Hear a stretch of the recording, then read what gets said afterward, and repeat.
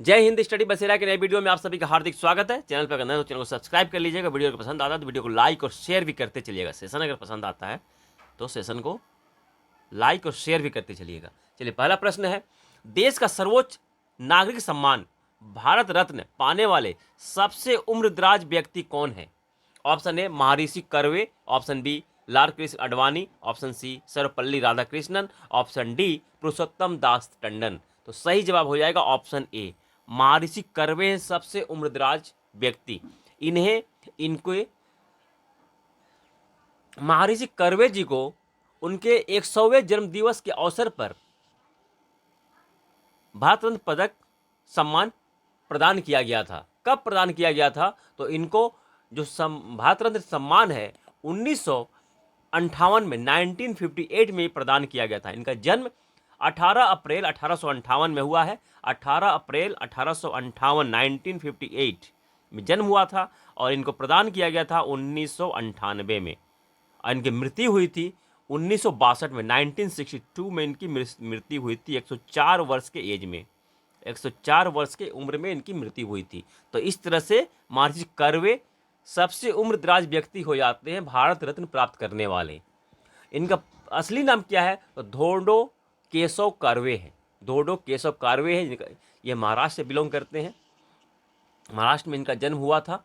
और इनके बारे और थोड़ा इंपॉर्टेंट पॉइंट समझ लेते हैं। तो नेक्स्ट पेज मैं ले लेता हूँ, यहाँ से नेक्स्ट पेज ले लेता हूँ। तो 1958 में 1958 में इनको 100वें जन्मदिवस के अवसर पर भारत रत्न प्राप्त हुआ। और 1955 में इनको मिला था पद्म विभूषण पुरस्कार। पद्म विभूषण पुरस्कार मिला था।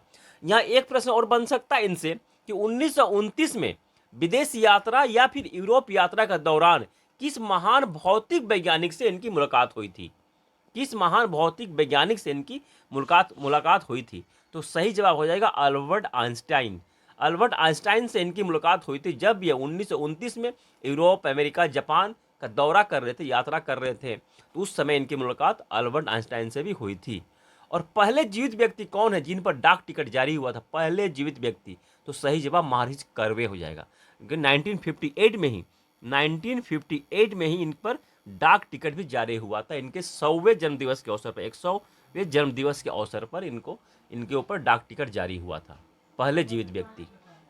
यहाँ प्रश्न और एक बन सकता है कि भारत रत्न प्राप्त करने वाले सबसे कम उम्र के व्यक्ति कौन है? सबसे कम उम्र के, तो सचिन तेंदुलकर हो जाएगा। सचिन तेंदुलकर जी को 40 वर्ष की उम्र में इनको भारत रत्न सम्मान मिला। 40 वर्ष की उम्र हो शायद, उम्र कंफ्यूज हो, देख लीजिएगा, आप लोग बता दीजिएगा अगर कोई डाउट है इसमें। तो 40 है, सही है तो सही लिखिएगा, और अगर फॉल्स गलत है तो सही करेक्शन करके बताइएगा। तो ये सबसे कम उम्र के व्यक्ति सचिन तेंदुलकर, सबसे उम्रदराज महर्षि कर्वे यानी कि धोंडो केशव कर्वे। ये समाज सेवी थे। इनके बारे और क्या है? 2024 में पहली बार 5 व्यक्तियों को 2024 में पहली बार 5 व्यक्तियों को भारत रत्न पुरस्कार प्रदान किया गया है, घोषणा की गई है। तो इनमें पहले हैं जो 5 व्यक्तियों को 2024 में प्रदान किया गया, उनमें पहले हैं महर्षि नहीं, और यहाँ से हेल्प पहुँचा सकते हैं, मदद करना चाहते हैं तो आर्थिक मदद यहाँ से पहुँचा सकते हैं, ताकि और भी अच्छी तरह से वीडियो को बनाया जा सके, क्वालिटी अच्छी तरह, और PDF वगैरह भी प्रदान किया जा सके। तो यहाँ बिहार के पूर्व प्रधानमंत्री कर्पूरी ठाकुर, जिनको कि उपनाम क्या है, प्रश्न यहाँ बन सकता है। कर्पूरी ठाकुर को किस उपनाम से जानते हैं? तो जननायक। और लोकनायक किसे कहते हैं? जयप्रकाश नारायण जी को, जिन्हें 1999 में भारत रत्न पुरस्कार मिला था। कर्पूरी ठाकुर जी को 2024 में, जयप्रकाश नारायण जी को 1999 में, जिन्हें कि लोकनायक के नाम से जानते हैं। कर्पूरी ठाकुर को जननायक और जयप्रकाश नारायण को लोकनायक, ध्यान रखिएगा, बार बार मैं रिपीट कर रहा हूँ, कन्फ्यूजन क्वेश्चन है जननायक और लोकनायक के बारे में, इसलिए। तो कर्पूरी ठाकुर जी बिहार के 2 बार मुख्यमंत्री बन चुके हैं। 11वें मुख्यमंत्री थे। कब बने थे सबसे पहले 11वें मुख्यमंत्री के रूप में? तो 1970 से 1971 के बीच ये बने थे। 1971 के 162 दिन के लिए शायद ये बने थे उस समय। दूसरी बार 1977 से 1979 तक ये मुख्यमंत्री बने थे भारत के, बिहार के। 2 बार बिहार के मुख्यमंत्री रह चुके हैं। और इन्हें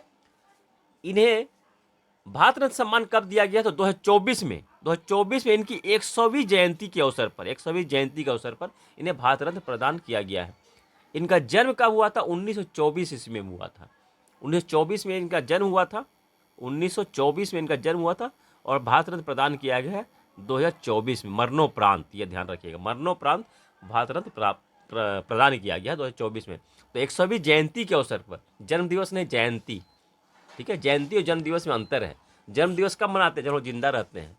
जिस प्रकार 100वें जन्म दिवस के अवसर पर महर्षि कर्वे जी को भारत रत्न प्रदान किया गया था, और परंतु कर्पूरी ठाकुर जी को 100वीं जयंती के अवसर पर भारत रत्न पुरस्कार प्रदान किया गया है। तो कर्पूरी ठाकुर जी का जन्म 24 जनवरी 1924 में हुआ था और इनका निधन 17 फरवरी 1988 में हो गया था, 1988 में, और 2024 में भारत रत्न पुरस्कार मिला है। दूसरा भारत रत्न 2024 का किन्हें मिला है? तो लाल कृष्ण आडवाणी जी को। भारत के पांचवें उप प्रधानमंत्री, सातवें उप प्रधानमंत्री के रूप में इन्होंने कार्यभार किया था। कब से कब तक थे उप प्रधानमंत्री के रूप में? तो 2002 से 2004 तक, 2002 से 2004 तक थे ये 7वें उप प्रधानमंत्री के रूप में कार्यरत थे। और उप प्रधानमंत्री कोई संवैधानिक पद नहीं है। यह प्रश्न एक बनता है कि निम्न में से कौन सा संवैधानिक पद नहीं है, या फिर किस पद की चर्चा संविधान में नहीं है? तो उप प्रधानमंत्री ऑप्शन में रहता है। तो उप प्रधानमंत्री पद की चर्चा संविधान में नहीं है, तो ये एक संवैधानिक पद नहीं है। तो लाल कृष्ण आडवाणी को 50वां भारत रत्न सम्मान 2024 में प्रदान किया गया है, और 2024 में इन्हें प्रदान किया गया। और तीसरे हैं पूर्व प्रधानमंत्री चौधरी चरण सिंह। चौधरी चरण सिंह का जन्म 23 दिसंबर 1902 ईस्वी में और निधन 1987 ईस्वी में हुआ था। और इनके जन्म दिवस 23 दिसंबर के अवसर पर हम लोग राष्ट्रीय किसान दिवस मनाते हैं, प्रधानमंत्री चौधरी चरण सिंह के जन्म दिवस के अवसर पर।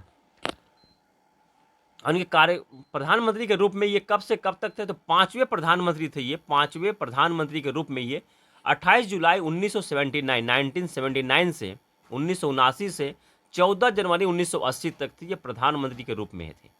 प्रधानमंत्री के रूप में इन्होंने कार्यकाल किया था। 5वें प्रधानमंत्री, ये भी ध्यान रखिएगा। 23 दिसंबर को हम लोग राष्ट्रीय किसान दिवस मनाते हैं। और ये उत्तर प्रदेश के 5वें मुख्यमंत्री भी थे। उत्तर प्रदेश के 5वें मुख्यमंत्री के रूप में भी इन्होंने काम किया है। और ये मुख्यमंत्री कब थे उत्तर प्रदेश के? तो 1967 में ये उत्तर प्रदेश के मुख्यमंत्री थे। फोर्थ मिला है किन्हें? तो भारत के ही पूर्व प्रधानमंत्री पीवी नरसिम्हा राव को मिला है, पीवी नरसिम्हा राव को। और ये आंध्र प्रदेश के चौथे मुख्यमंत्री थे। 1971 में ये मुख्यमंत्री बने थे आंध्र प्रदेश के। 1971 में आंध्र प्रदेश के मुख्यमंत्री प्रधानमंत्री बने थे। कब से कब तक? तो 1991 से 1996 तक, 1991 से 1996 तक ये भारत के प्रधानमंत्री के किस क्रम के थे? तो 9th रैंक के थे। 9वें प्रधानमंत्री थे, भारत के 9वें प्रधानमंत्री थे। और इनका पूरा नाम क्या है? पीवी नरसिम्हा राव। प्रश्न बन सकता है। तो पीवी नरसिम्हा राव जी का पूरा नाम है पामुलापर्ती वेंकट नरसिम्हा राव। पामुलापर्ती वेंकट नरसिम्हा राव इनका पूरा नाम है। और 5वें जो मिला है 2024 में, 5वें जो व्यक्ति हैं इनको प्रदान किया गया है भारत रत्न पुरस्कार, तो कृषि वैज्ञानिक है। भारत के हरित क्रांति के जनक भी उन्हें कहा जाता है। भारत के हरित क्रांति के जनक किन्हें कहा जाता है? तो एम.एस. स्वामीनाथन जी को 2024 का भारत रत्न सम्मान दिया गया है। और 2007 में इनके बारे में थोड़ा डिटेल जान लेते हैं। 2007 में ये राज्यसभा के सदस्य में के रूप में इनको मनोनीत किया गया था। मनोनीत राज्यसभा सदस्य थे। कब थे? तो 2007 ईस्वी में। ये भी ध्यान रखिएगा, राज्यसभा सदस्य के रूप में इनका मनोनीत किया गया था 2007 में। पहला विश्व खाद्य पुरस्कार पाने वाले 1987 में ही इनको 1987 में पहला विश्व खाद्य पुरस्कार वर्ल्ड फूड प्राइज पाने वाले एम.एस. स्वामीनाथन है, क्योंकि 1987 में ही विश्व खाद्य पुरस्कार का गठन किया गया था। 1967 में इन्हें पद्मश्री सम्मान मिला है। 1972 में यह पद्म विभूषण मिला, 1972 में पद्म भूषण मिला है। और 1989 में पद्म विभूषण, ध्यान रखिएगा, 1967 में पद्मश्री, 1972 में पद्म भूषण और 1989 में बाद में विभूषण और 2024 में भारत रत्न सम्मान। भारत के चारों नागरिक सम्मान इन्हें मिल चुके हैं। सर्वोच्च नागरिक सम्मान भारत रत्न भी 2024 में मिला है।